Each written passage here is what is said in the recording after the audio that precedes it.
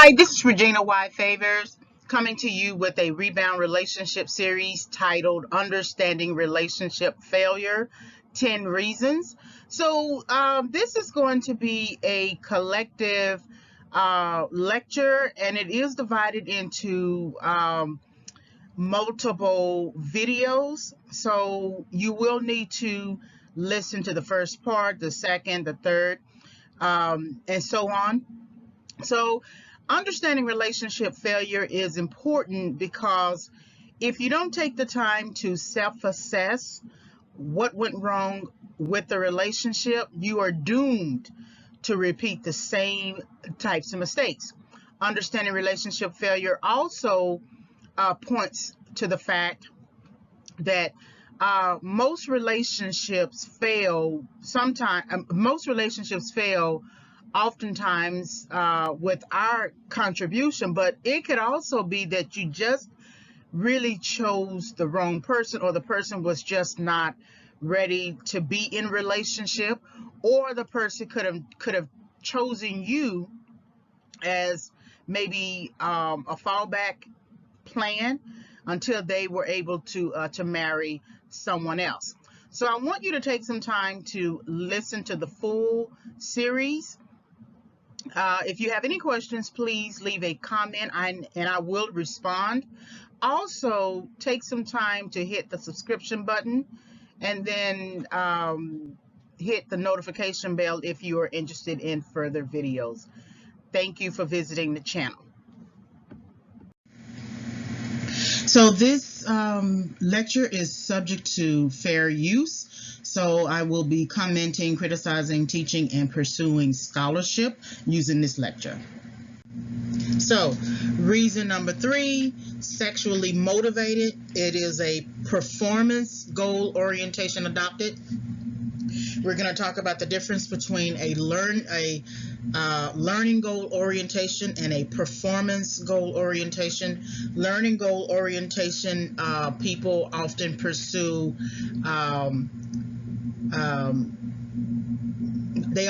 mastery of a particular concept, whereas in a performance goal orientation, people just like to look smart. And so you will see this kind of reflected in relationships. People oftentimes will adopt a dating rotation just to show people that they can, but they won't adopt an actual relationship and move through the turns and conflict and resolution of that conflict. That's the difference between a learning goal orientation and a performance goal orientation. So reason number 3, sexually motivated. So people who are merely sexually motivated in relationships often just want to pursue sex instead of a developed romantic relationship. Romantic relationships tend to have some depth. They may begin as friendships or in a dating context, but people generally do not live off a diet of one-night stands. And this is very important. The soul, the mind, the body needs more than one-night stands. It needs conversation. You need to be able to share your heart. And that's very important. That, lately you have multiple movements that are going on right now. You have the MGTOW movement, where you see men who go their own way. Then you have the movement where people are just choosing side chicks and side dudes, even though they have a relationship at the house or a marriage.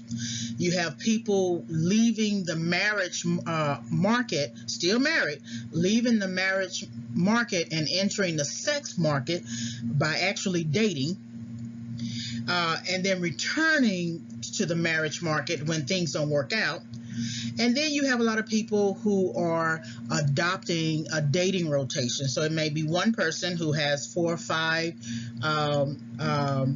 women, and each woman fulfills a certain relational need. It can be companionship, it can be sex, it can be other types of relational needs. And so these different movements are just really essentially one-night stands. They have sort of extended the argument that, okay, we're going to take that one-night stand and make it more into maybe a long-term one-night stand. You have people who are single who have been dating the same person for 2, 3, 4, 5 years, and they still consider themselves single. So you have all of these different conflicting ideals and counter arguments to the traditional romantic relationship that needs growth and development. So a diet of one-night stands or short-term romantic relationships is an example of a person who has a fixed mindset. Fixed mindset is a common concept in psychology literature, but it's more applied to the academic context. So I am applying it to the adult thinking of people today and how they interact with the world around them. So a person with a fixed mindset in general avoids challenges, will discard criticism, and that person needs to look smart in every situation. So you won't see this person taking a lot of risks. If you see this person in the academic context, you'll see this person as the type of person who says, I'm an A student, I'm a very smart student, I'm a good student, right? The problem with that, in some ways, they might still be true. All of their points might lead up to, say, an A. However, they don't like challenge. They don't receive instruction. Any challenge to their thinking about who they are, if they got an A on one paper, say my student received an A on one paper, that student would automatically think that he or she would receive an A on a second paper. The problem with that, each paper is treated differently. You still have the common composition strategies where you have to have an introduction, a thesis, topic sentences, use of supporting evidence, etc. But each paper has its own guidelines, and they sort of struggle with that, that they don't understand that their mind needs to grow, that it needs challenge and criticism to grow. So a goal leading towards a stable romantic relationship is reflected in a person with a growth mindset. So the growth mindset person will embrace challenge, will learn from criticism, take risks, knowing that a learning experience is around the corner. So even though they might get a lower grade on a test, they won't say, okay, I'm going to drop this class, right? I'm just dumb, I can't learn. No, what they will say is, if they get maybe like a 60 on the test, they will say, what can I do to get at least to passing? Okay, they are still interested in learning, even though it's still, they're trying to get from 60 to 70. Then the next test, they'll say, now how can I get to a B from 70 to 80? And then they will continue to work hard to get from one grade level to the next. And they will take criticism, they will take the risks by remaining in the class. I've had students who got a bad grade on a paper, the first paper, and decide to drop the course. And you'll see this a lot of time exhibited in relationships, where if things are not going the way a person wants, they will drop that relationship. Both people, men and women, always expect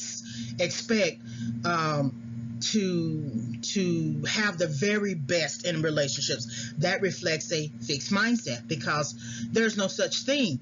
You are always going to have some kind of challenge or struggle or situation or problem that you have to resolve, because it's life. So there is a difference between fixed mindset and growth mindset. So here is the actual Changing Our Mindset chart. This is developed by Carol Dweck. There's the author.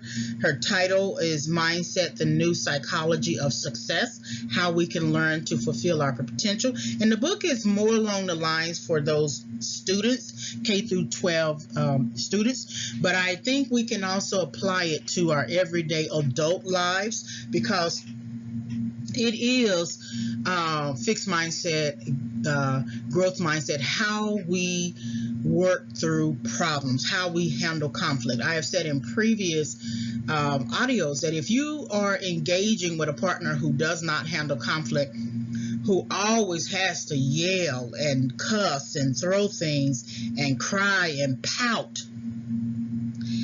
that person has a fixed mindset. That person will avoid the challenge of learning how to handle conflict.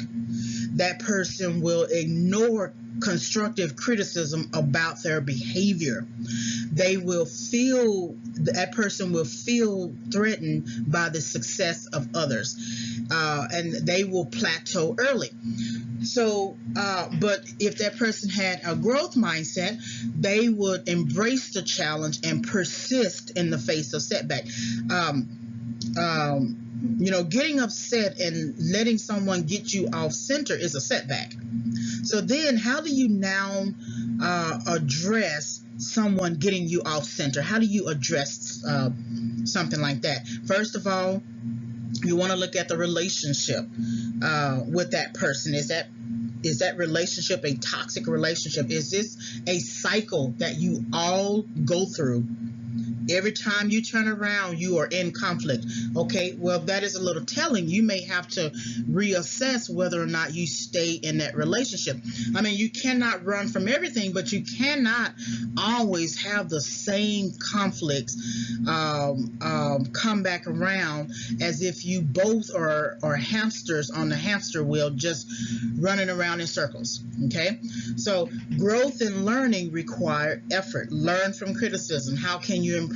Find lessons and inspiration. So there is a source on the internet from the New York Times. The author is Janet Ray Dupree, and she's talking about growth mindset, and there's a question at the end of her article where she's asking, can a person with a fixed mindset change to a growth mindset? And I put that same question to my students, and a lot of the students said, sure, yes, a person with a fixed mindset can change to a growth mindset. But then I said, I responded, well, it's on the condition that might be true. So a person can change from a fixed mindset to a growth mindset if they are willing to address all of the or the majority of the rows under column fixed mindset. So one of those areas that people need to address that they often have trouble with is constructive criticism. Constructive criticism works like instruction. And when it works like an instruction, it works the same way that a platoon leader might lead his platoon. So he tells them to stand at attention, and they stand at attention. He tells them to left flank, and they left flank. Then he tells them to forward march, and then they forward march. Okay, if they decide not to obey the instruction forward march, then they would not move forward. And that's how instruction works. That instruction or constructive criticism works to actually advance you forward. That's why you see under growth mindset that if you learn from criticism, and there is implied that you will actually improve. So then, yes, a person can change from a fixed mindset to a growth mindset if they are willing to address those areas where they actually have a fixed mindset. So this Changing Our Mindset chart is available on the internet. Just type in the term here. I usually leave a link in the space provided, so hopefully you can access it and then print it out. So performance goal is connected to fixed mindset. So to adopt a performance goal orientation is to believe that ability is fixed and cannot change. People with a strong PGO tend to see failure as weakness and stress the importance of short-term performance results. So people will oftentimes, they want to be able to keep an A and keep an A mentality, keep an A record on the report cards or on their transcripts.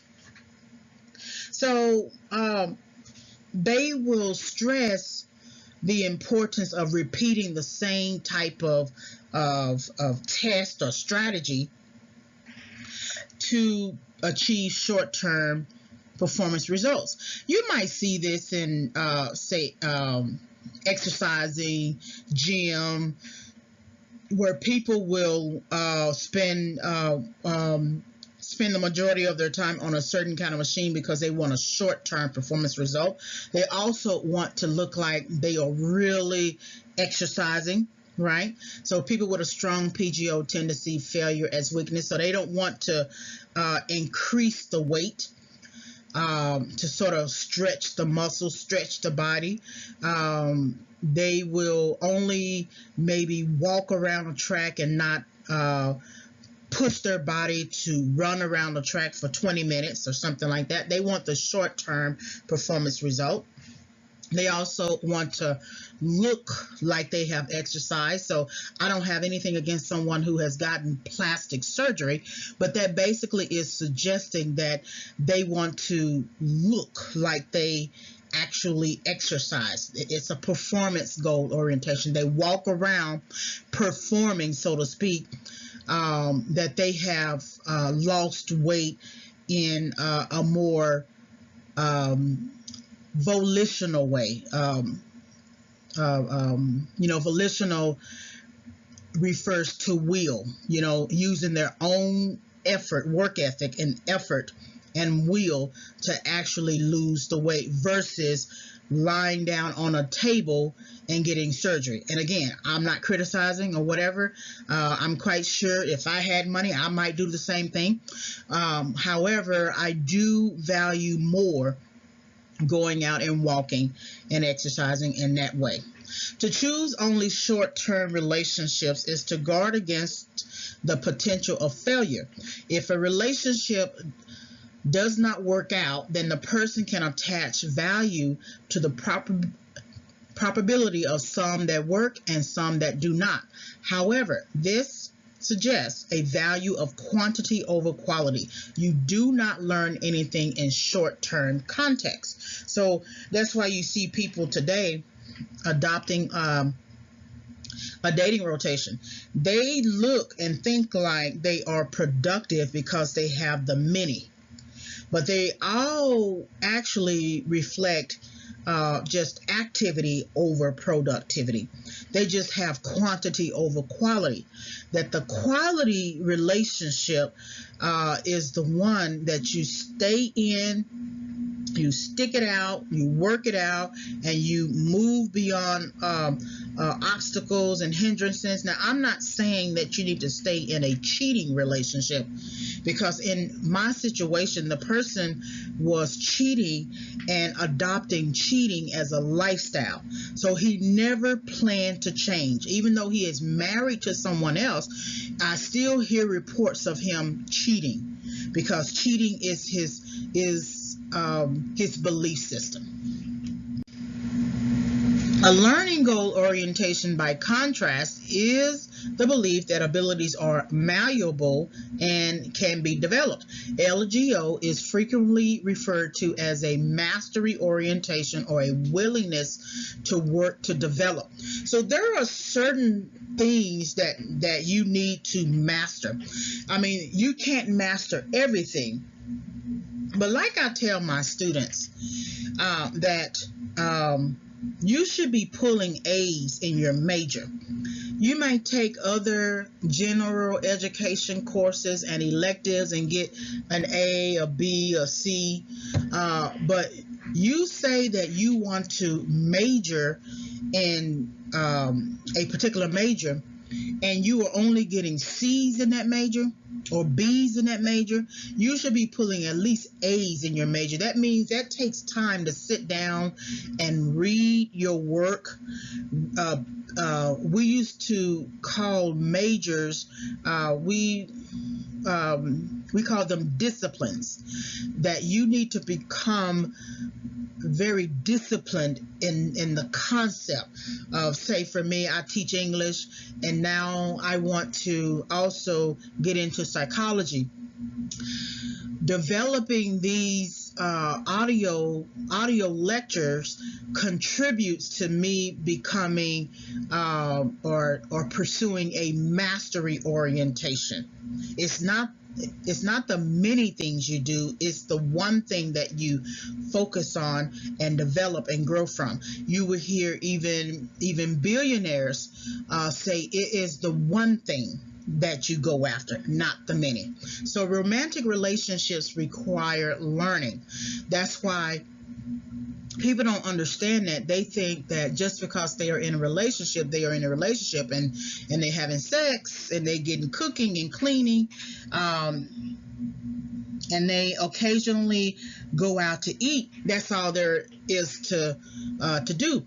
But every time you hit a roadblock, a crossroad moment, a conflict, that is the time to learn. Every time you hit a problem, problems need to be resolved. If you are leaving every relationship, you are not solving problems. If you solve the problems in that relationship, it might contribute to you solving other personal problems or problems on your job, because you will basically have practice. There is less learning during the dating and mating stages.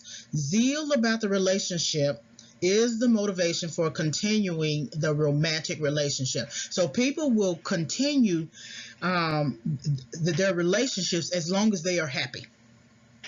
As long as they're happy, enthusiastic about each other, smiling at each other, holding hands, things like that. But as soon as there's a problem, people lose their zeal, and then they sort of lose themselves and leave the relationship, when actually that's an opportunity to learn. Mindset versus goal orientation. So the person with the fixed mindset has a performance goal orientation. The person with the growth mindset has a learning goal orientation. Anyone who is sexually motivated as a priority will typically exhibit a fixed mindset. So it's about the sex that they care about. Okay, then you will never develop in other areas of your life if you only focus on the sex. However, a person willing to invest into the relationship and work towards development is a person who exhibits a growth mindset. So mindset about romantic relationships and abilities is likely a larger contributor to why a partner may marry someone else. So I would go back over this audio. I would access, search for Changing Our Mindset chart. I will leave a link. And I would take some time to kind of think about that, because learning goal orientation, you will see that reflected in how you conduct yourself academically, professionally, personally. If you are still struggling in finances, that means you have a fixed mindset about finances. But if you are doing well and advancing in your career, then you may have a growth mindset with regard to your career. So Mindset about romantic relationships and abilities is likely a larger contributor to why a partner may marry someone else, meaning that that partner might have a fixed mindset and decide to leave a relationship with you. Or you may have a fixed mindset with that partner and they decided to leave and go with the person with a growth mindset. All right, so hopefully you were able to gain insight from this video discussion. Please like, subscribe, and visit. So please like the video, hit the notification bell for more discussions. I am re-uploading all of my audios, so I needed to make some changes to them. You can visit my website for more content at reginayfavors.com. If you want to send me an email, you can send an email reginayfavors@yahoo.com. Please also purchase the book. It's going to come out in spring 2021. So I had to make changes to my book to update it, and I also updated the title. So the original title was Bait, Hook, and Switch: Confessions of a Rebound Girl, and I have updated the title to Toxic Encounters: Why People Pursue Rebound Relationships. So right now I'm still basically editing it, and I want to make it available in spring 2021. So thank you very much for visiting my channel, and I am Regina Y. Favors. Have a great day.